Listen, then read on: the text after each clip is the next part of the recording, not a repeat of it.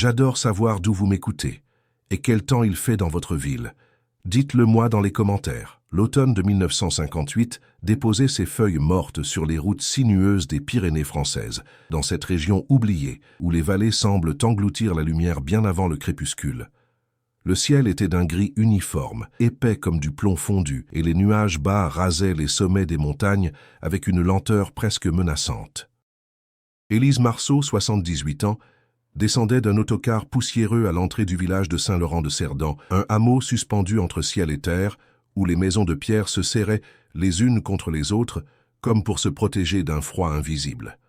Le véhicule avait parcouru des heures de routes étroites, serpentant entre des précipices vertigineux et des forêts de sapins qui semblaient n'avoir jamais connu la présence humaine.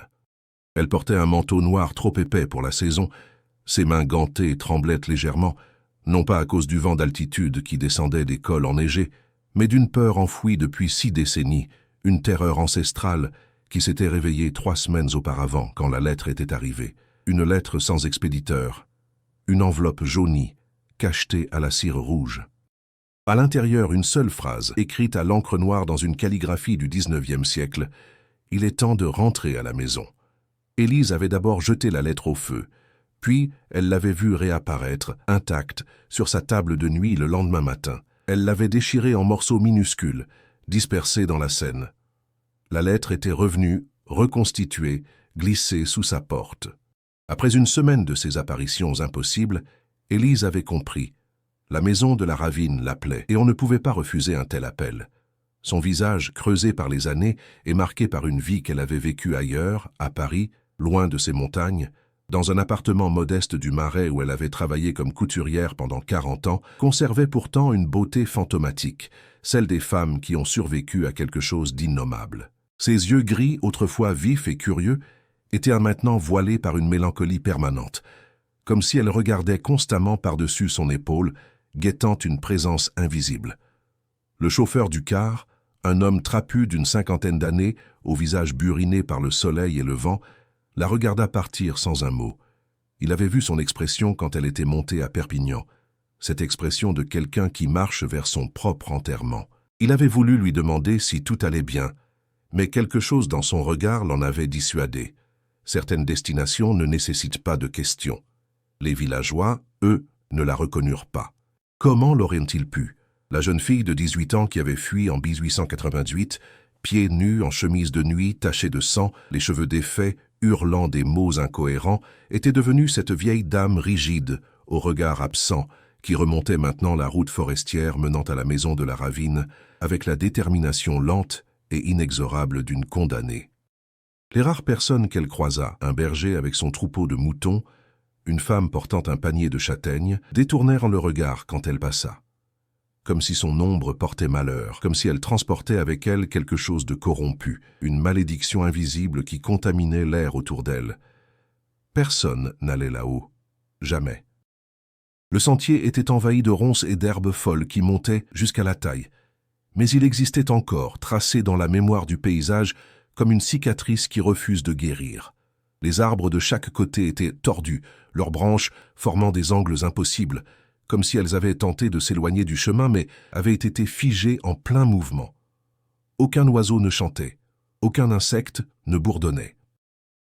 Le silence était total, oppressant, comme si la forêt elle-même retenait son souffle. Élise avançait lentement, son cœur battant à un rythme irrégulier, chaque pas la rapprochant de ce qu'elle avait fui en 1898. Ses chaussures de ville, inadaptées pour cette marche, s'enfonçaient dans la terre humide. Elle s'arrêtait parfois, posait une main contre un arbre pour reprendre son souffle. À son âge, cette ascension était une épreuve, mais elle savait qu'elle devait continuer. Elle n'avait plus le choix. Elle se souvenait du froid sur sa peau cette nuit-là. Elle se souvenait de l'odeur du sang, métallique et écœurante. Elle se souvenait des cris, les siens, ceux des autres.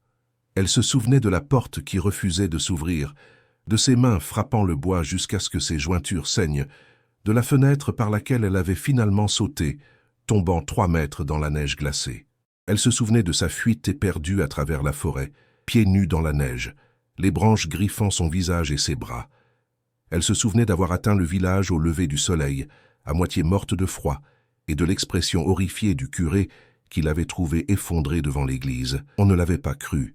On avait dit qu'elle était devenue folle, que la solitude de la maison l'avait brisée. On l'avait envoyée chez les sœurs à Perpignan, où elle était restée 3 mois avant de s'enfuir vers Paris, emportant avec elle seulement une petite valise et un secret qu'elle n'avait jamais partagé. 60 ans. 60 ans à essayer d'oublier. Et maintenant, la maison la rappelait. Le sentier devint plus abrupt. Élise dut céder de ses mains pour escalader certaines portions rocheuses. Ses gants se déchirèrent, ses paumes s'écorchèrent. Mais elle continuait, un pas après l'autre. Comme une somnambule guidée par une force qu'elle ne comprenait pas. Puis, au détour d'un virage, la forêt s'ouvrit brusquement. La maison de la ravine apparut, dressée au bord du précipice, comme une dent carriée plantée dans la gencive pourrie de la montagne. Élise s'arrêta net, le souffle coupé. La maison était exactement comme elle s'en souvenait. Pas un détail n'avait changé. Ses murs de pierre grise, noircis par le temps et l'humidité, semblaient absorber la lumière plutôt que la refléter. Les fenêtres étroites, hautes, ressemblaient à des yeux aveugles fixant le vide. Les volets étaient fermés mais pas arrachés, pas pourris, simplement clos, comme si quelqu'un les avait tirés la veille. Le toit de tuiles rouges était intact, sans mousse, sans végétation. Aucune cheminée ne fumait, mais les structures étaient solides, droites, défiant les décennies d'abandon. Ce qui était le plus troublant, c'était l'absence de végétation sur les façades. Aucune vigne grimpante, aucune mousse, aucun lichen. Les murs étaient nus, lisses, comme si la nature elle-même refusait de toucher cette bâtisse. Même les mauvaises herbes s'arrêtaient à 1 mètre de la fondation, formant un cercle parfait autour de la maison. Derrière le bâtiment, la ravine s'ouvrait comme une bouche béante, une faille verticale dans la montagne, profonde de plusieurs centaines de mètres, au fond de laquelle rugissait un torrent invisible. Le bruit de l'eau qui s'écrase contre les rochers montait comme un grondement sourd, constant, hypnotique. Élise s'avança lentement vers la porte principale. Ses jambes tremblaient. Chaque mètre parcouru nécessitait un effort de volonté immense. Une partie d'elle hurlait de faire demi-tour, de fuir, de redescendre vers le village et de ne jamais revenir. Mais une autre partie, plus ancienne, plus profonde, savait qu'elle devait entrer. Elle s'arrêta devant la porte. C'était une porte massive en chêne sombre, sculptée de motifs géométriques complexes qui semblaient former des symboles qu'elle ne reconnaissait pas. Une lanterne en fer forgé pendait au-dessus du linteau, éteinte, rouillée. Sa main chercha la clé dans son sac, une clé qu'elle avait conservée pendant 60 ans sans jamais comprendre pourquoi. Elle l'avait trouvée dans la poche de sa chemise de nuit, le matin après sa fuite, couverte de sang séché. Elle aurait dû la jeter. Elle aurait dû la laisser au village, mais elle l'avait gardée, cachée au fond d'une boîte à bijoux, enveloppée dans un mouchoir. La clé était en fer noir, longue, ornée d'entrelacs semblables à ceux de la porte. Elle était lourde, froide, même à travers ses gants. Élise l'inséra dans la serrure. Le mécanisme céda sans résistance, avec un déclic doux, presque accueillant. Elle poussa la porte. Les gonds ne grincèrent pas. La porte s'ouvrit en silence, révélant un hall d'entrée plongé dans une pénombre bleutée. Élise hésita sur le seuil. L'air qui s'échappait de l'intérieur était glacial, mais sec. Pas d'odeur de moisissure, pas de relent de pourriture. Juste un froid stérile, comme si la maison était hermétiquement close depuis des décennies. Elle franchit le seuil, et la porte se referma derrière elle avec un bruit sourd qui résonna dans tout le bâtiment. À l'intérieur, l'air était celui de 1898. Froid, sec, intact, immobile, comme si le temps s'était arrêté au moment exact où Élise avait fui. Elle resta immobile dans le hall d'entrée, le temps que ses yeux s'habituaient à la pénombre. Progressivement, les formes se précisèrent. Le hall était exactement comme elle s'en souvenait.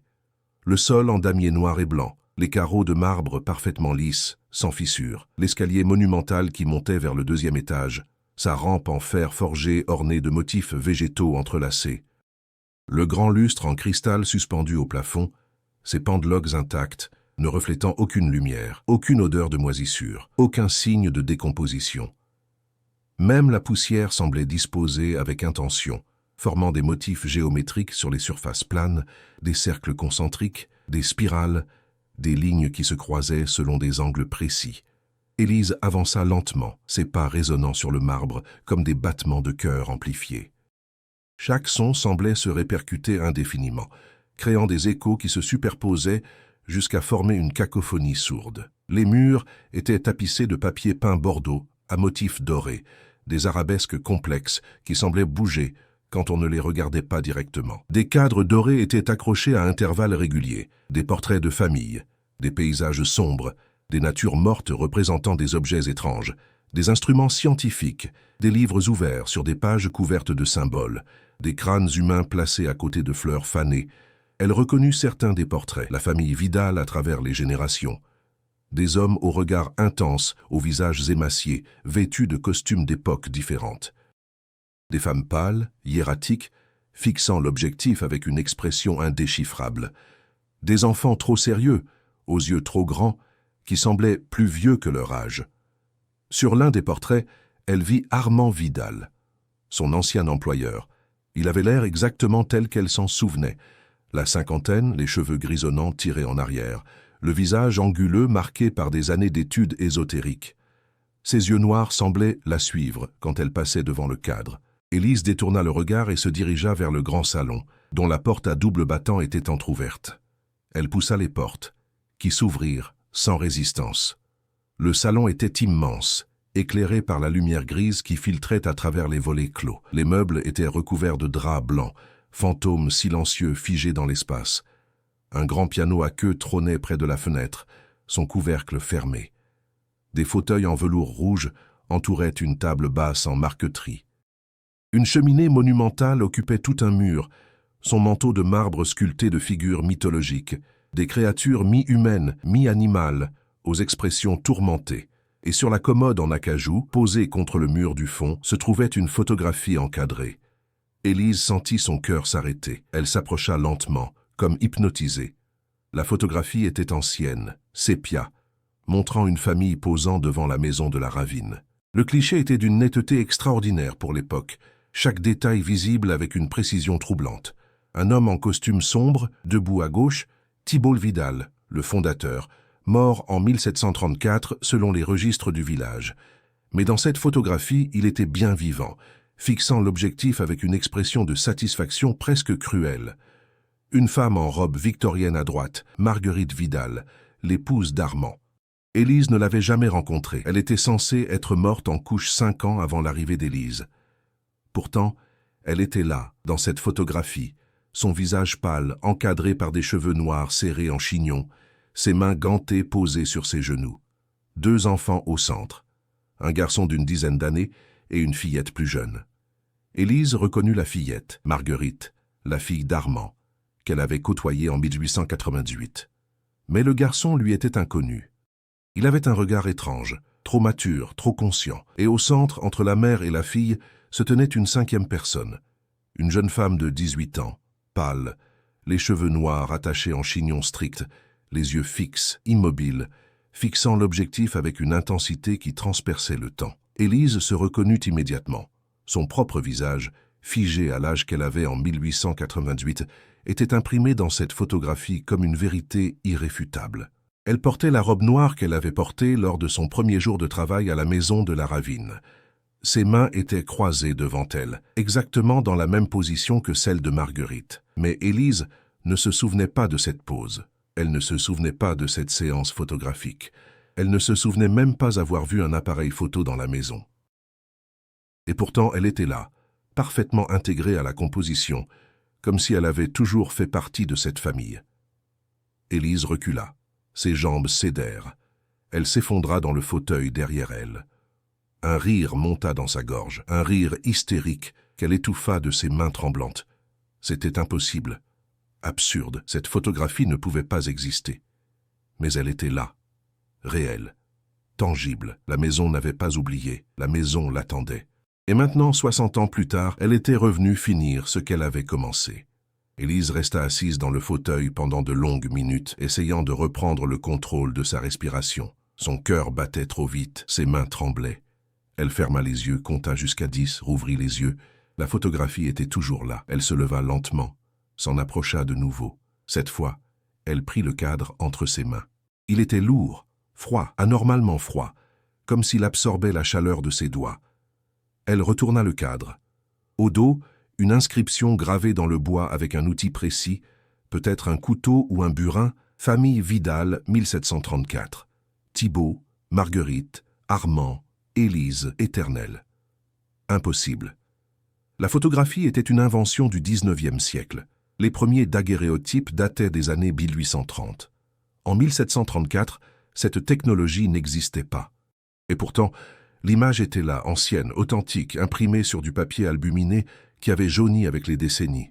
Élise sentit ses genoux se dérober. Elle reposa le cadre sur la commode avec des gestes mécaniques, comme une automate. Elle devait comprendre. Elle devait savoir. Elle sortit du salon, traversa le couloir, monta les escaliers menant au 2e étage. Chaque marche craquait sous son poids, mais le bruit semblait étouffé, comme si la maison elle-même retenait son souffle, attendant de voir ce qu'elle allait faire. Les murs du couloir du 2e étage étaient tapissés de portraits supplémentaires. D'autres membres de la famille Vidal, d'autres visiteurs, d'autres employés, tous figés dans le temps, tous avec cette même expression légèrement détachée, comme s'ils regardaient quelque chose que personne d'autre ne pouvait voir. Élise reconnut certains visages, la cuisinière qui travaillait à la maison en 1888, le palefrenier muet qui livrait les provisions, le médecin du village qui était venu examiner Marguerite quand elle était tombée malade. Tous là, tous capturés, tous éternels. Elle atteignit la porte de la bibliothèque. Elle était entr'ouverte, comme si quelqu'un venait de sortir. Élise hésita, la main sur la poignée. Puis elle poussa la porte. La bibliothèque était exactement comme Élise s'en souvenait, mais en même temps radicalement différente. C'était la même pièce, les mêmes étagères montant jusqu'au plafond, le même bureau massif en bois sombre, la même fenêtre étroite donnant sur la ravine, mais quelque chose dans l'air avait changé. La pièce semblait attendre. Les livres étaient toujours là, des centaines d'ouvrages reliés de cuir noir, brun, rouge sang. Certains étaient si vieux que leurs titres étaient illisibles, effacés par le temps. D'autres portaient des inscriptions en latin, en grec, en langue qu'Élise ne reconnaissait pas, des alphabets composés de symboles géométriques, de spirales, de figures impossibles. Une odeur d'encre et de parchemin flottait dans l'air, mêlée à quelque chose de plus subtil, de plus troublant, une odeur métallique, presque médicinale, comme celle d'un laboratoire d'alchimie. Le bureau d'Armand Vidal était recouvert de documents. Des cartes astronomiques, des diagrammes complexes, des pages manuscrites couvertes de calculs et de notes. Au centre, un journal ouvert, l'encre encore fraîche. Élise s'approcha, le cœur battant. Elle lut les dernières lignes écrites de la main d'Armand Vidal. 24 décembre 1898. Elle est partie, comme les autres avant elle. Mais elle reviendra. Ils reviennent toujours. La maison les rappelle. Marguerite me l'a dit. Marguerite sait tout. Marguerite est la maison. Le cycle se poursuit. Thibaut avait raison. Le temps n'est qu'une illusion. Nous sommes tous déjà morts. Nous sommes tous déjà nés. Tout existe simultanément dans l'éternel présent de la ravine. J'ai peur, mais je ne peux plus partir. Je fais partie d'elle maintenant. Nous faisons tous partie d'elle. Élise referma le journal d'un geste brusque. Ses mains tremblaient. Elle devait partir. Tout de suite. Mais alors qu'elle se retournait pour fuir, elle entendit une voix derrière elle. « Vous êtes revenue, mademoiselle. » Élise se figea. La voix était douce, enfantine, mais porteuse d'une autorité qui dépassait son timbre jeune. Une voix qui semblait venir de partout à la fois. Des murs, du plafond, du plancher. Élise se retourna lentement. Marguerite se tenait dans l'encadrement de la porte, vêtue de la même robe blanche qu'en 1888, ses cheveux bruns tombant sur ses épaules, son visage pâle et lisse, inchangé. Pas une ride, pas un cheveu gris. Exactement la même fillette de 12 ans qu'Élise avait connue 60 ans auparavant. « Vous ne pouvez pas être réelle, » murmura Élise, la voix étranglée. « Je suis aussi réelle que vous, mademoiselle, aussi réelle que cette maison, aussi réelle que le temps. » Marguerite sourit, un sourire doux, presque affectueux, mais qui ne montait pas jusqu'à ses yeux. « Vous avez mis longtemps à revenir. J'ai attendu. Nous avons tous attendu. Tu n'as pas vieilli. Pourquoi vieillirais-je? Le temps ne passe pas ici, pas de la façon dont vous le comprenez. » Marguerite s'avança dans la pièce, ses pas silencieux sur le parquet. « Vous avez vu la photographie, n'est-ce pas? Celle dans le salon. » Élise hocha la tête, incapable de parler. « Vous étiez troublée. C'est normal, mais vous commencez à comprendre, je pense. » Marguerite se dirigea vers la fenêtre, regarda la ravine en contrebas. « Cette maison a été construite en 1734 par mon arrière-arrière-grand-père, Thibaut Vidal. Il était alchimiste, philosophe, chercheur obsédé par l'idée de vaincre la mort. Il a voyagé dans tout le monde connu à l'époque, l'Égypte, la Perse, l'Inde, la Chine. Il a étudié avec des sages, des mystiques, des hérétiques. Et il a découvert quelque chose que personne d'autre n'avait compris. Quoi? Le mot sortit comme un souffle. Marguerite se retourna, ses yeux noirs fixés sur Élise. Que le temps n'existe pas. Pas vraiment. C'est une construction humaine, une illusion créée par nos cerveaux limités pour donner un sens à la réalité. Mais la réalité elle-même, la réalité, est éternelle. Tout existe en même temps. Passé, présent, futur. Tous superposés, tous simultanés. C'est de la folie. C'est la vérité. Et Thibaut a trouvé un moyen de le prouver. Il a construit cette maison sur un point de convergence naturelle, un endroit où les lignes temporelles se croisent, où le voile entre les époques est mince. Puis, il a créé un rituel, une flamme éternelle, un ancrage. Élise recula jusqu'à heurter le bureau. « Qu'est-ce que tu veux dire? La maison est un piège temporel, mademoiselle. Tous ceux qui y entrent sont capturés. Pas physiquement. Vous pouvez partir si vous le souhaitez, mais une partie de vous reste, toujours, ancrée dans l'éternel présent de la ravine. C'est pour cela que vous êtes dans la photographie. Vous avez toujours été dans la photographie. Dès l'instant où vous avez franchi le seuil pour la première fois, en 1898, vous êtes devenue partie intégrante de la maison. Non. Élise secoua la tête violemment. Non, je suis partie, j'ai fui. J'ai vécu ma vie. À Paris. Loin d'ici. Votre corps est parti, oui, mais votre essence, votre âme, si vous préférez, est restée, fragmentée, une partie de vous dans le monde extérieur, une partie de vous ici, dans la maison. C'est pour cela que vous ne pouviez pas oublier, c'est pour cela que vous êtes revenu. Marguerite s'approcha, tendit la main vers Élise. La maison vous a appelé, et vous avez répondu. Élise gifla la main tendue. Qu'est-ce que tu veux? Marguerite ne réagit pas à la gifle. Son expression resta neutre, presque bienveillante.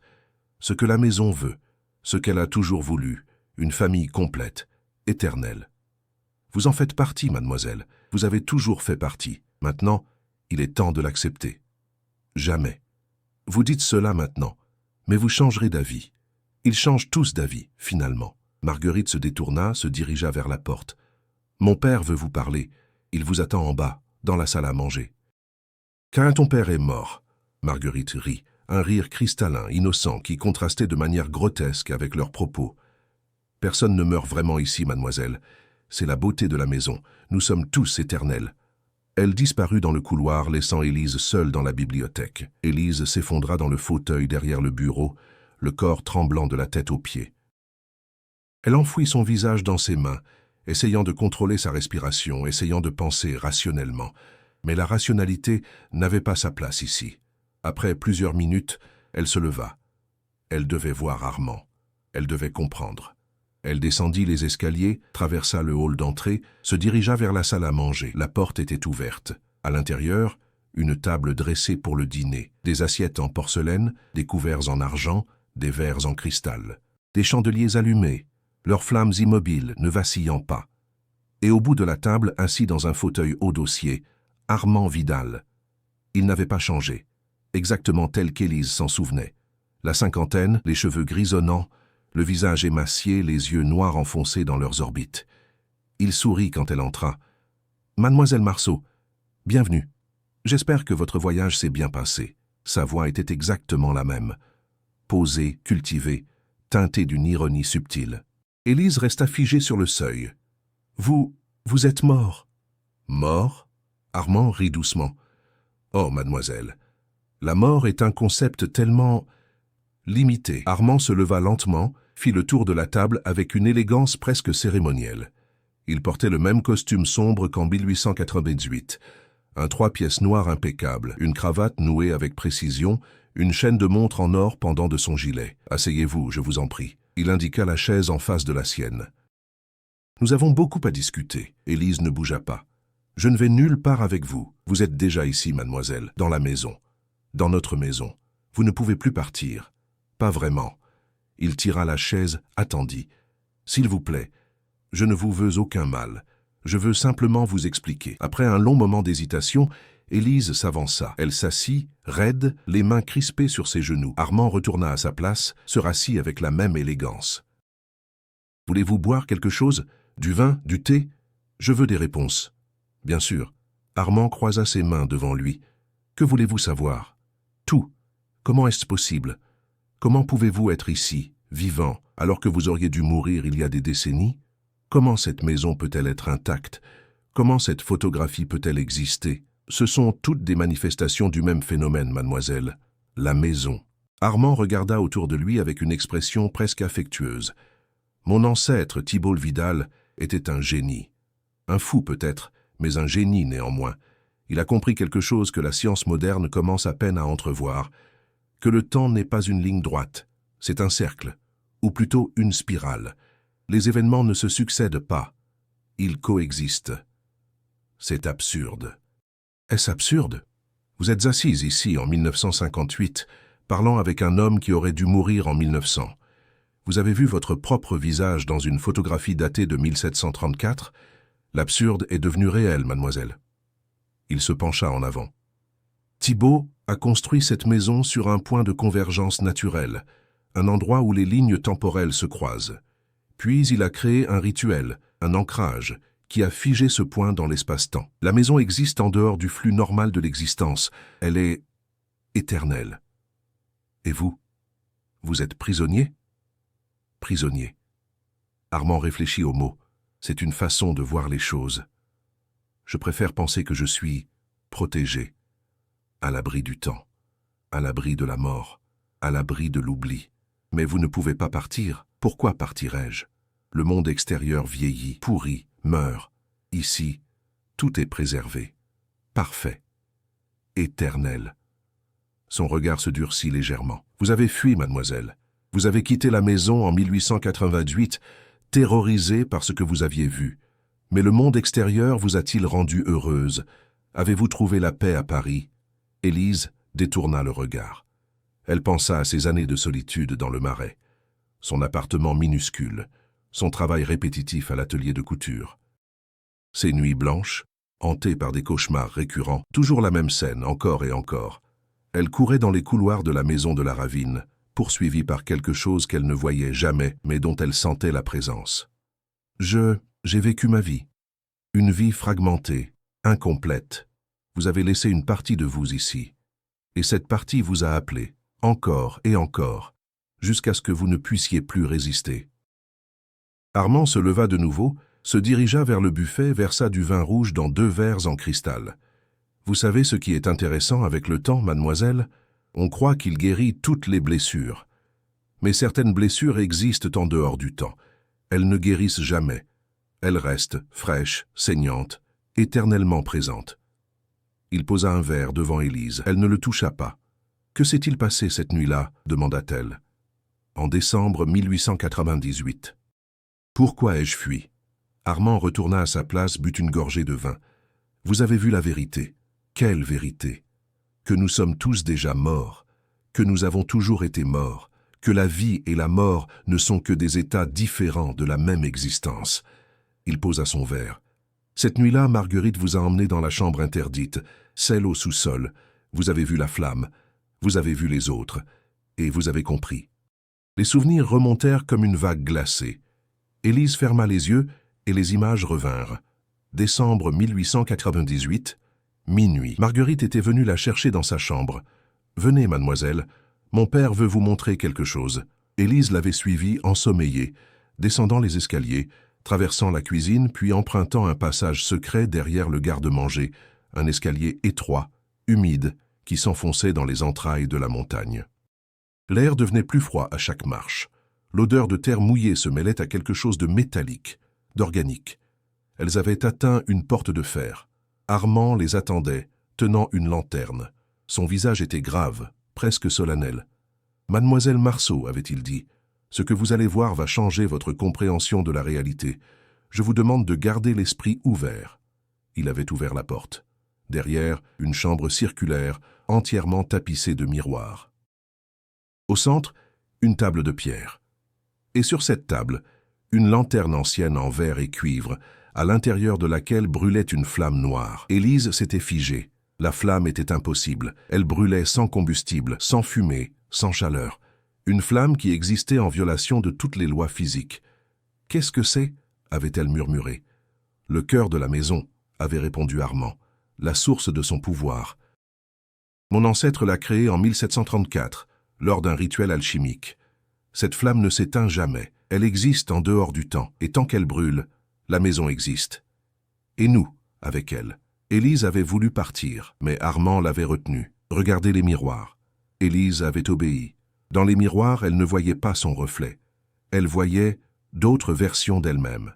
Des dizaines, des centaines de versions. Élise à différents âges, dans différents vêtements, dans différentes poses. Élise enfant, Élise vieille. Élise morte allongée dans un cercueil, Élise qui n'était jamais née, toute là, toute réelle, toute superposée. « Vous voyez » avait murmuré Armand. « Vous existez dans toutes les temporalités à la fois. Passé, présent, futur, tous simultanés. La maison vous a capturé. Vous en faites partie maintenant, pour toujours. » Élise avait hurlé. Elle s'était arrachée à l'emprise d'Armand, avait couru vers la porte. Marguerite avait essayé de la retenir, mais Élise l'avait poussée violemment. La fillette était tombée, sa tête heurtant le bord de la table de pierre. Du sang. Beaucoup de sang. Armand s'était précipité vers sa fille. Élise avait profité de ce moment pour fuir. Elle avait remonté l'escalier en courant, traversé la cuisine, le hall, monté dans sa chambre pour essayer de rassembler ses affaires, mais les portes refusaient de s'ouvrir. Les fenêtres étaient scellées. La maison la retenait. Finalement, elle avait brisé une fenêtre de sa chambre avec une chaise. Elle avait sauté dans la neige, s'était relevée, avait couru sans regarder derrière elle. Elle se souvenait du froid, de la douleur, de la terreur absolue. Elle se souvenait d'avoir pensé « Je dois fuir, ou je vais devenir comme eux ». Élise rouvrit les yeux. Armand la regardait avec une expression de compréhension presque paternelle. « Vous vous souvenez maintenant ?»« Oui. » Marguerite a survécu, si cela vous rassure. Comme vous l'avez constaté, elle est toujours là, intacte. Il but une autre gorgée de vin. Mais vous, mademoiselle, vous n'avez jamais vraiment échappé. Une partie de vous est restée dans cette chambre, prisonnière des miroirs. C'est pour cela que vous êtes revenue, pour récupérer ce que vous avez laissé. Je ne veux rien récupérer. Je veux partir. Vous ne pouvez pas. Pas tant que vous restez fragmenté. Armand se leva, s'approcha d'elle. Mais il y a une solution. Une façon de devenir complète de nouveau, de ne plus être divisée entre deux mondes. Laquelle? Acceptez. Acceptez votre place dans la maison. Acceptez l'éternité. Il posa une main sur son épaule. Rejoignez-nous, mademoiselle. Devenez pleinement ce que vous êtes déjà en partie. Élise le regarda dans les yeux. Et si je refuse? Alors vous resterez fragmentée, déchirée, souffrante, pour toujours. Son expression se durcit. Croyez-moi, j'ai vu d'autres tenter de résister. Cela ne finit jamais bien. Élise se leva brusquement, renversant sa chaise. Je refuse. Elle se dirigea vers la porte. Vous ne pouvez pas quitter la maison, mademoiselle, pas cette fois. Élise ignora ses paroles, traversa le hall en courant, atteignit la porte principale. Elle tourna la poignée. La porte ne s'ouvrit pas. Elle tira de toutes ses forces. Rien. Elle se retourna. Armand se tenait au bout du couloir, Marguerite à ses côtés. Derrière eux, d'autres silhouettes apparaissaient, des hommes, des femmes, des enfants, tous vêtus de costumes d'époques différentes, tous fixant Élise avec des yeux vides. « Bienvenue chez vous, mademoiselle », m'a dit Marguerite avec un sourire. Les silhouettes s'avancèrent. Élise hurla.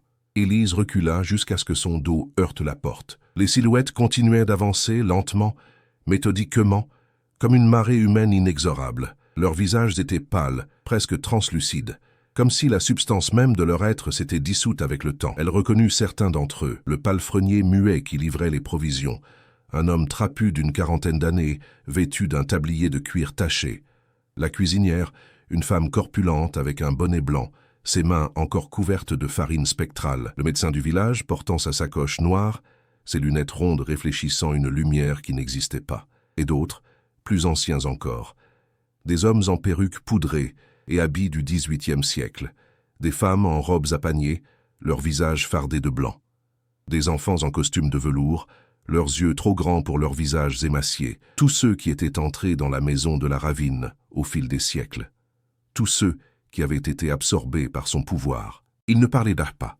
Il n'émettait aucun son, juste ce silence oppressant, ce regard collectif qui semblait dire « Tu es des nôtres. Tu as toujours été des nôtres. »« Non, » murmura Élise. « Non, non, non. » Elle essaya de nouveau d'ouvrir la porte, mais le mécanisme resta bloqué. Elle se retourna, chercha une autre issue. Les fenêtres du hall étaient murées de l'intérieur, des planches clouées formant une barrière impénétrable. Les silhouettes formèrent un cercle autour d'elle, la cernant contre la porte. Elles s'arrêtèrent à moins d'1 mètre, immobiles, attendant. Puis une voix s'éleva, froide, multiple, comme si toutes les silhouettes parlaient à l'unisson, leurs voix se superposant pour former une cacophonie harmonieuse. « Vous ne pouvez pas partir. Vous êtes déjà parti. Vous êtes déjà revenu. Vous êtes toujours ici. » Élise tomba à genoux, sanglotant. « Laissez-moi partir. Je vous en supplie. Je ne veux pas rester. Je ne veux pas devenir comme vous. » « Il n'y a pas de départ, » continua la voix collective. « Il n'y a que l'éternel retour, le cycle qui se répète. Nous avons tous essayé de fuir, nous avons tous échoué. Nous sommes tous revenus. » Les silhouettes levèrent leurs mains en même temps, gestes synchronisés, comme des marionnettes contrôlées par les mêmes filles invisibles. Leurs paumes étaient marquées de symboles, les mêmes symboles qui décorèrent la porte d'entrée, les mêmes que ceux qu'Élise avait vus dans les livres de la bibliothèque. « Joignez-vous à nous, » murmurèrent-elles. « Complétez le cercle, devenez éternel. » Élise ferma les yeux, refusant de voir. Mais même les yeux clos, elle sentait leur présence. L'air devenait plus froid, plus dense, comme si l'espace lui-même se comprimait autour d'elle. Elle sentit des mains se poser sur ses épaules. Des mains glacées qui ne semblaient pas tout à fait solides, comme si elles existaient à peine dans le monde physique. Non? Mais au lieu de l'engloutir, les mains s'arrêtèrent. Le froid se retira légèrement. Élise sentit une présence différente, plus individuelle, plus humaine. Elle ouvrit les yeux. Armand Vidal se tenait devant elle, écartant les autres silhouettes d'un geste de la main. Son visage émacié était figé dans une expression de résignation infinie, mêlée à quelque chose qui ressemblait presque à de la compassion. « Arrêtez », dit-il aux autres. Sa voix était ferme, autoritaire. « Laissez-la respirer. » Les silhouettes reculèrent d'1 pas puis de 2, élargissant le cercle. Armand s'agenouilla devant Élise, posa une main sur son épaule. Une main froide, mais réelle. « Vous cherchez la vérité, mademoiselle ?» dit-il d'une voix à peine audible. « Vous voulez comprendre ?» Élise hocha la tête, incapable de parler. « Alors suivez-moi, je vais vous montrer ce que vous devez voir, ce que vous devez comprendre pour faire votre choix. »« Mon choix ? Oui. Parce que, contrairement à nous, vous avez encore un choix. » Il se leva, lui tendit la main. « Venez. » Élise hésita puis prit sa main. Elle était glacée, presque douloureuse au toucher, mais étrangement rassurante. Armand l'aida à se lever. Les autres silhouettes s'écartèrent, formant un passage. « Où m'emmenez-vous ?»« Là où tout a commencé, là où tout finira, où recommencera. » Il se tourna vers Marguerite, qui se tenait à l'écart, observant la scène avec son expression énigmatique. « Prépare la chambre. » Marguerite hocha la tête et disparut dans l'ombre. Armand conduisit Élise à travers le hall, dans le couloir menant à la cuisine. Les silhouettes les suivaient à distance, procession silencieuse de fantômes. Dans la cuisine, Armand ouvrit le passage secret derrière le garde-manger, le même qu'Élise avait emprunté en 1898. L'escalier descendait dans les ténèbres, humide et froid. « Vous vous souvenez ?» dit Armand.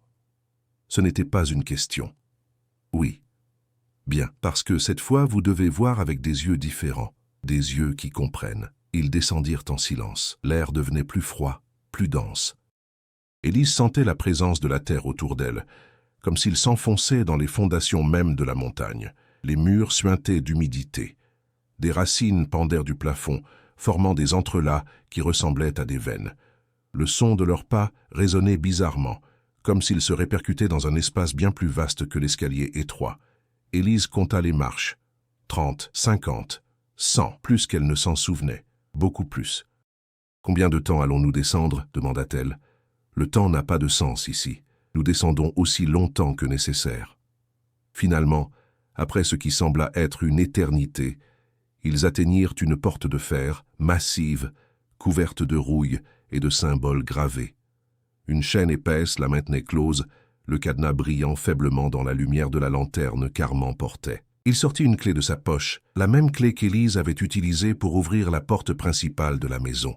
Elle brillait d'une lumière propre, faible mais distincte. « Cette clé ouvre toutes les portes de la maison », expliqua Armand. « Parce que toutes les portes sont la même porte. Tous les passages mènent au même endroit, au cœur. » Il inséra la clé dans le cadenas. Le mécanisme céda avec un claquement métallique qui résonna comme un coup de tonnerre dans l'espace confiné. La porte s'ouvrit dans un grincement déchirant, révélant ce qui se trouvait derrière. La chambre était exactement comme Élise s'en souvenait, mais en même temps fondamentalement différente. Circulaire, environ 10 mètres de diamètre, entièrement tapissée de miroirs du sol au plafond. Mais ces miroirs n'étaient pas ordinaires. Leur surface ondulait légèrement, comme de l'eau calme, et les reflets qu'ils projetaient ne correspondaient pas toujours à la réalité. Au centre de la chambre se trouvait une table de pierre, un monolithe noir, lisse, gravé de symboles complexes qui semblaient pas briller faiblement dans l'obscurité, et sur cette table, posée avec soin, une lanterne ancienne. La lanterne était en verre et en cuivre, finement ouvragée, couverte de motifs alchimiques. À l'intérieur brûlait une flamme noire. Élise se figea sur le seuil. La flamme était exactement comme elle s'en souvenait. Elle ondulait sans chaleur, sans fumée, comme si elle brûlait en dehors des lois physiques. Sa lumière, si on pouvait l'appeler ainsi, était une absence de lumière, un néant qui absorbait tout ce qui l'entourait. « Le cœur de la maison », murmura Armand, « la source de son pouvoir, la prison et le salut. » Il s'avança dans la chambre. Élise le suivit, hésitante. Dès qu'elle franchit le seuil, elle sentit quelque chose changer. L'air était différent ici, plus lourd, plus dense, comme si la gravité elle-même était altérée. Et les miroirs. Dans les miroirs, elle ne voyait pas son reflet actuel. Elle voyait des centaines, des milliers de versions d'elle-même. Élise a 18 ans, vêtue de sa robe de gouvernante. Élise a 30 ans, travaillant dans l'atelier de couture parisien.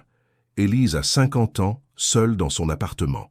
Élise a 78 ans, descendant de l'autocar, mais aussi d'autres versions. Des versions qui n'avaient jamais existé dans la réalité qu'elle connaissait. Élise qui n'avait jamais quitté la maison de la Ravine en 1888. Élise qui avait épousé Armand. Élise qui était morte en couche. Élise qui était devenue folle. Élise qui avait tué Marguerite. Élise qui s'était jetée dans la ravine. Toute là, toute réelle, toute superposée. Vous voyez, dit Armand, toutes les possibilités, toutes les temporalités, tous les choix que vous avez faits et que vous n'avez pas faits, tous existant simultanément. Élise détourna le regard, mais où qu'elle regarde, elle voyait la même chose. Les miroirs couvraient chaque surface. Il n'y avait pas d'échappatoire. Comment est-ce possible? La flamme. Armand s'approcha de la lanterne, tendit la main vers elle sans la toucher. Mon ancêtre, Thibault Vidal, l'a créée en 1734, lors d'un rituel qu'il avait appris en Orient. Il a utilisé des substances alchimiques, des invocations dans des langues mortes, et quelque chose de plus personnel. Quoi? Son âme. Armand se tourna vers Élise. Il a sacrifié son essence même pour créer cette flamme. Elle brûle non pas avec du combustible ordinaire, mais avec la substance même de l'existence. Elle se nourrit de temps, de mémoire, de conscience, et en échange, elle offre l'éternité. Élise sentit un frisson glacé parcourir son échine. C'est monstrueux. C'est extraordinaire, horrible et merveilleux à la fois. Armand fit le tour de la table, caressant les symboles gravés. Thibault croyait pouvoir contrôler le temps. Il avait raison, mais le prix a été notre humanité. Nous sommes devenus des échos, des fragments, prisonniers de l'éternel présent. Alors éteignez-la, détruisez-la, libérez-vous. Armand rit, un rire amer, désespéré. Croyez-vous que nous n'avons pas essayé? Cette flamme ne peut être éteinte que par celui qui l'a allumée. Et Thibault est mort il y a plus de 200 ans, mais son essence est toujours ici, dans la flamme, fragmentée, diluée, mais présente. Il se tourna vers les miroirs. Regardez, regardez vraiment. Élise obéit. Cette fois, elle regarda avec attention. Dans les reflets, elle vit quelque chose qu'elle n'avait pas remarqué auparavant. Derrière toutes les versions d'elle-même, derrière toutes les scènes superposées, il y avait une présence, une silhouette floue, à peine perceptible, qui observait, qui attendait. Qu'est-ce que c'est? murmura-t-elle. Thibaut, ou ce qu'il en reste. Il est toujours là, prisonnier de sa propre création, observant tout ce qui se passe dans la maison, tous les prisonniers, toutes les temporalités. Armand s'approcha d'Élise. Il nous regarde. Il a toujours regardé. Élise recula instinctivement. Vous dites qu'il ne peut pas être libéré, que personne ne peut être libéré. J'ai dit que la flamme ne peut être éteinte que par celui qui l'a allumée. Mais Armand hésita, comme s'il débattait intérieurement. Il existe peut-être une autre façon. Laquelle? La flamme se nourrit de mémoire, de conscience, de l'essence de ceux qu'elle capture. Tant que nous nous souvenons, tant que nous existons en tant qu'individus, elle peut nous maintenir prisonniers. Mais si quelqu'un parvenait à oublier, à effacer complètement sa propre identité, à ne plus être personne, la flamme perdrait son emprise. Exactement, Armand la regarda intensément. Mais le prix serait total. Vous ne seriez plus vous-même, vous ne seriez plus personne, juste un vide. Élise regarda la flamme noire. Elle ondulait doucement, comme si elle écoutait leur conversation. Si je fais cela, que si j'efface mes souvenirs, que se passera-t-il? La flamme s'éteindra, la maison s'effondrera, tous les prisonniers seront libérés. Armand baissa la tête. Mais vous disparaîtrez. Vous ne serez plus rien. Et vous? Vous serez libéré? Peut-être. Ou peut-être que je disparaîtrai aussi, je ne sais pas. Personne n'a jamais essayé. Il leva les yeux vers elle. Mais même si je disparais, même si nous disparaissons tous, au moins nous ne serons plus prisonniers. Au moins nous serons en paix. Élise réfléchit longuement. Elle pensa à sa vie à Paris, ses années de solitude, ses cauchemars récurrents, sa peur constante, toujours présente, de retourner ici. Elle n'avait jamais été libre. Pas vraiment. Une partie d'elle était toujours restée prisonnière de cette chambre, de ces miroirs, de cette flamme. Si je fais cela, dit-elle lentement, je ne me souviendrai plus de qui je suis. Je ne me souviendrai plus de ma vie, de tout ce que j'ai vécu. Non. Alors je ne serai plus vraiment vivante. Je serai vide. Oui, Armand posa une main sur son épaule. C'est un sacrifice terrible, le plus grand qu'on puisse faire. Élise regarda de nouveau les miroirs, toutes ces versions d'elle-même, toutes ces vies possibles, toutes prisonnières. Elle pensa aux autres. Qu'aux silhouettes dans le hall, à tous ceux qui attendaient, figés dans l'éternel présent, souffrant sans fin. Elle prit une profonde inspiration.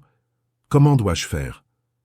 Armand la regarda longuement, puis hocha la tête lentement. Vous devez toucher la flamme, et pendant que vous la touchez, vous devez laisser partir tout ce qui fait de vous ce que vous êtes. Vos souvenirs, vos émotions, votre identité, tout. Cela va me faire mal? Oui, terriblement. Il ne mentit pas. Mais la douleur ne durera qu'un instant. Ensuite, plus rien. Élise s'approcha de la table de pierre.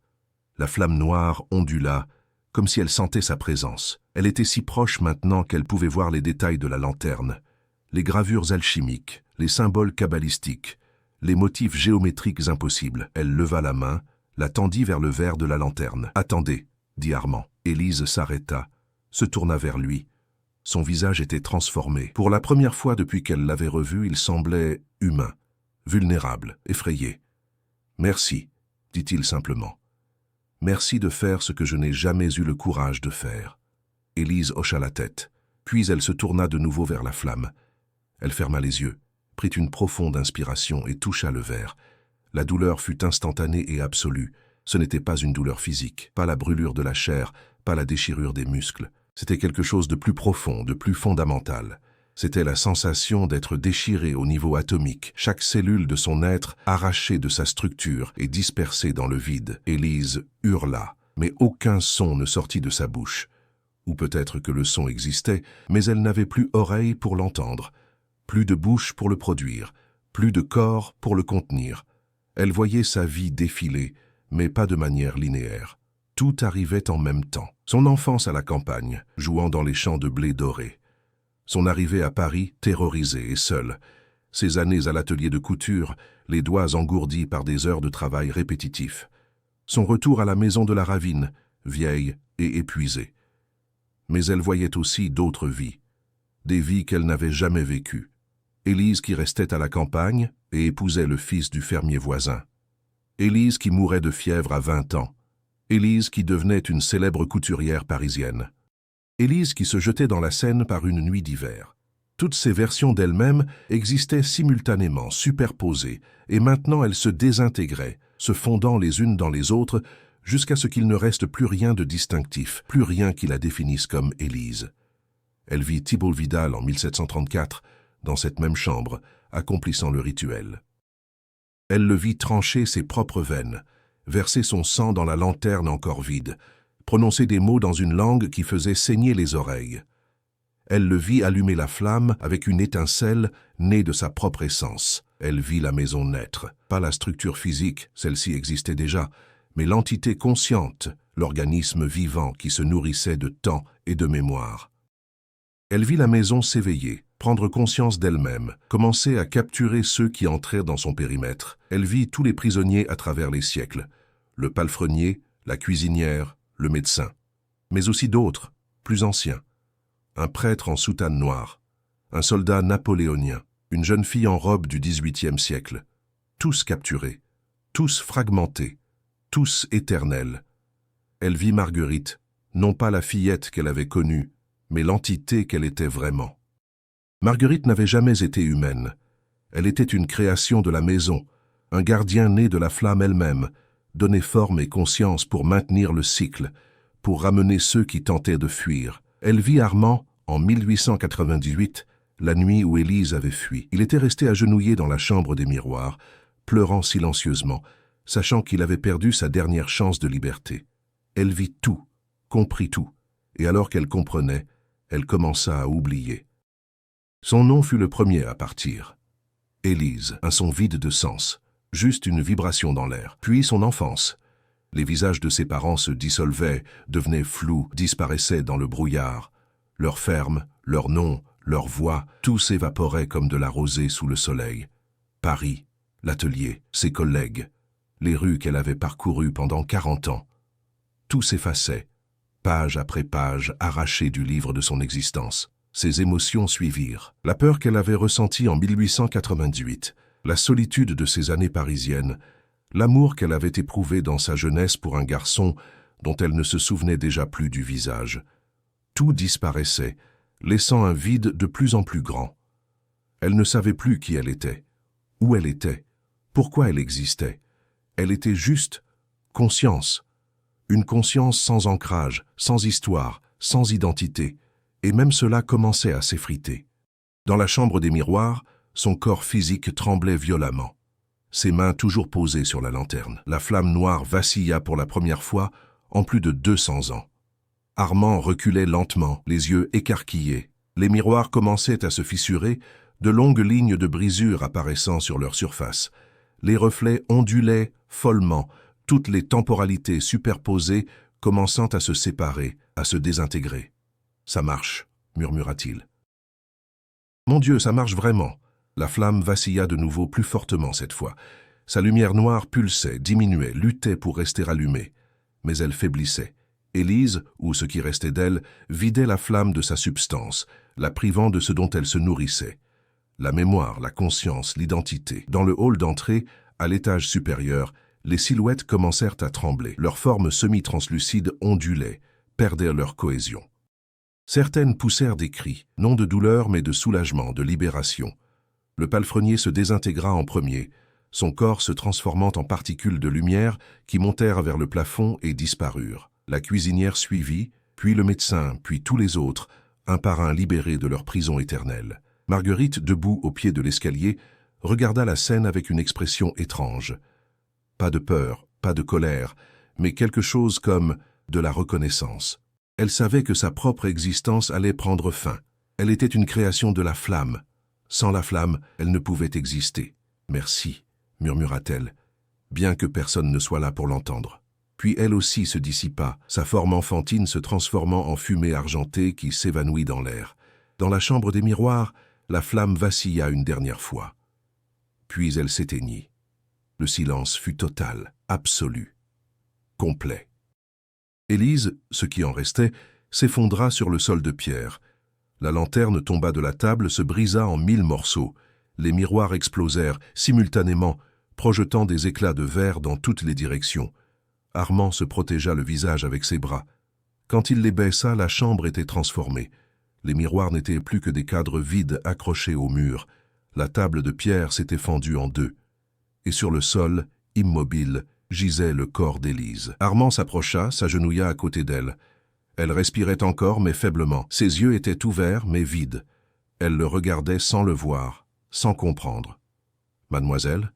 murmura-t-il. Aucune réponse. Juste ce regard vide, comme celui d'un nouveau-né qui n'a pas encore appris ce que signifie être humain.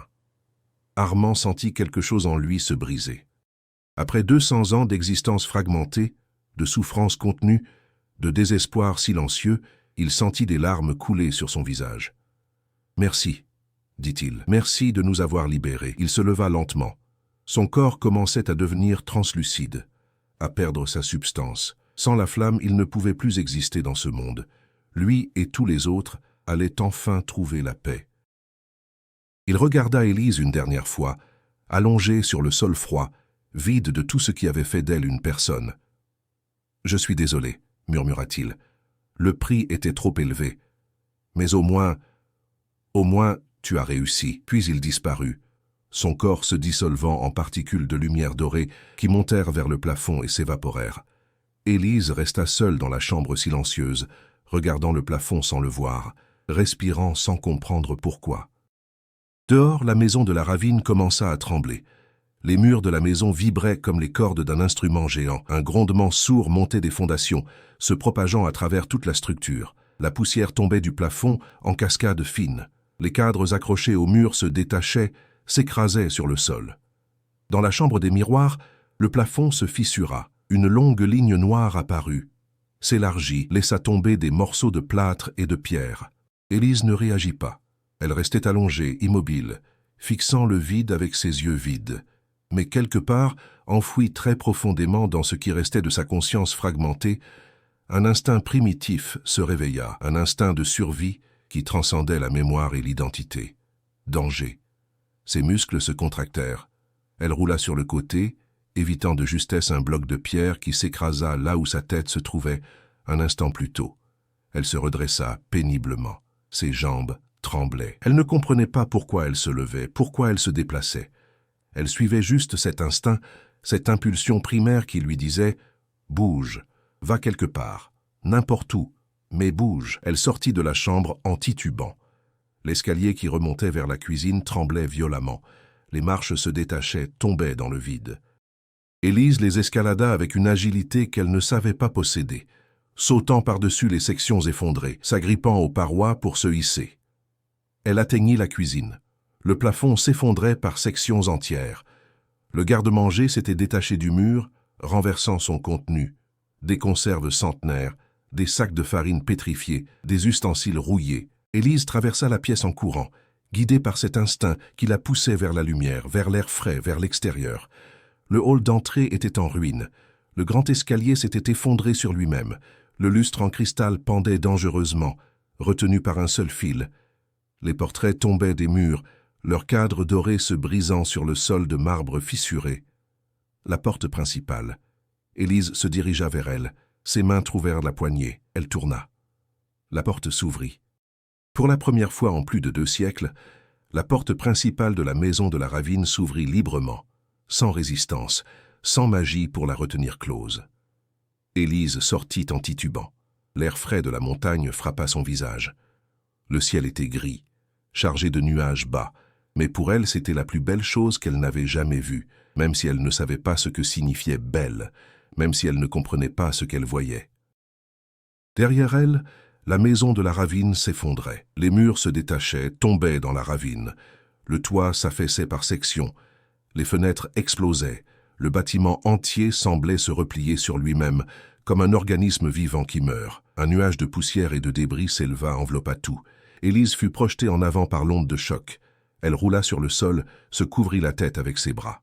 Le bruit était assourdissant, un rugissement de pierre et de bois qui se brise, de métal qui se tord, de verre qui se pulvérise. Cela dura des minutes qui semblèrent des heures.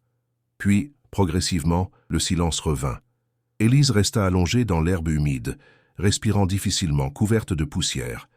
Quand elle releva la tête, la maison de la ravine n'était plus qu'un amas de ruines fumantes. Les murs s'étaient effondrés vers l'intérieur, créant un cratère de pierre brisée.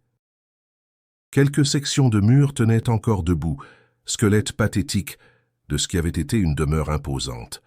Des poutres calcinées pointaient vers le ciel comme des doigts accusateurs. Des tuiles rouges jonchèrent le sol, brisées en milliers de fragments. Le brouillard descendait rapidement de la montagne, enveloppant les ruines d'un linceul gris. En quelques minutes, la visibilité était réduite à quelques mètres. Élise se leva lentement. Elle ne comprenait pas où elle était. Elle ne comprenait pas ce qui venait de se passer. Elle ne comprenait même pas qui elle était, mais elle savait qu'elle devait bouger, descendre, aller quelque part. Elle se mit en marche, descendant le sentier forestier, trébuchant sur les racines et les pierres. Ses vêtements étaient déchirés, couverts de poussière et de sang séché. Ses cheveux, autrefois soigneusement coiffés, pendaient en mèches grises désordonnées. Le brouillard l'enveloppa complètement. Elle ne voyait plus à 1 mètre devant elle, mais elle continuait, guidée par cet instinct qui lui disait de descendre, toujours descendre. Elle marcha pendant des heures, ou peut-être des minutes. Le temps n'avait plus de sens pour elle. Quand le brouillard se dissipa enfin, elle se trouvait à l'entrée du village de Saint-Laurent-de-Cerdance. Le soir tombait. Les lampadaires s'allumaient un par un. Les villageois rentraient chez eux après une journée de travail. Quelqu'un la vit, une femme portant un panier de provisions. Elle s'arrêta, écarquilla les yeux. « Mon Dieu, madame, que vous est-il arrivé ?» Élise la regarda sans comprendre. Les mots n'avaient pas de sens, c'étaient juste des sons. D'autres villageois s'approchèrent, un homme âgé, une jeune fille, un enfant. « Elle est blessée. Appelez le médecin. D'où vient-elle? Regardez ses vêtements. On dirait qu'elle vient de traverser un incendie. » Ils l'entourèrent, essayèrent de lui parler et de comprendre, mais Élise ne répondait pas. Elle les regardait avec ses yeux vides, comme un animal sauvage capturé. Finalement, le médecin du village arriva, un jeune homme dans la trentaine, sa sacoche à la main. Il examina Élise rapidement. Elle est en état de choc, il faut l'emmener quelque part au chaud, lui donner à boire, la couvrir. Ils la conduisirent à l'auberge du village, une bâtisse de pierre avec des volets rouges. La tenancière, une femme corpulente au visage maternel, prépara une chambre, alluma un feu dans la cheminée. On installa Élise dans un fauteuil près du feu. On lui donna un bol de soupe chaude. Elle but mécaniquement, sans goûter. Le médecin resta avec elle, essayant de lui parler, de comprendre qui elle était, ce qui lui était arrivé. « Comment vous appelez-vous » Pas de réponse. « D'où venez-vous » Silence. « Avez-vous de la famille? Quelqu'un que nous pouvons contacter » Rien. Élise le regardait avec ses yeux vides, ne comprenant pas les questions, ne sachant pas comment répondre. Le médecin soupira, se tourna vers la tenancière. Elle a perdu la mémoire. Traumatisme sévère. Je ne sais pas si elle la retrouvera un jour. La pauvre? La tenancière posa une couverture sur les épaules d'Élise. Nous allons prendre soin d'elle. Au moins jusqu'à ce qu'on compre les semaines passèrent. Élise resta à l'auberge, silencieuse, docile. Elle mangeait quand on lui donnait à manger, dormait quand on la couchait. Mais elle ne parla jamais. Elle ne se souvint jamais. Le médecin abandonna ses recherches. Personne ne réclamait cette vieille femme. Personne ne la connaissait. Un matin de printemps 1959, la tenancière trouva Élise assise près de la fenêtre, regardant les montagnes au lever du soleil. Elle souriait. Un sourire paisible, vide, comme celui d'un enfant qui découvre le monde pour la première fois. « Ça va, ma chère » demanda la tenancière. Élise tourna la tête. Dans ses yeux brillait une forme de paix absolue. Elle ne savait pas qui elle était, elle ne se souvenait de rien. Mais pour la première fois en 60 ans, elle était libre. Dans la montagne, les ruines fumantes se refroidissaient lentement. Les ronces commençaient déjà à grimper sur les pierres brisées. Au fond de la ravine, les débris de la lanterne reposaient, éteints pour toujours. Les prisonniers étaient libres. Et la maison de la ravine n'était plus qu'un tas de pierres mortes. Fin.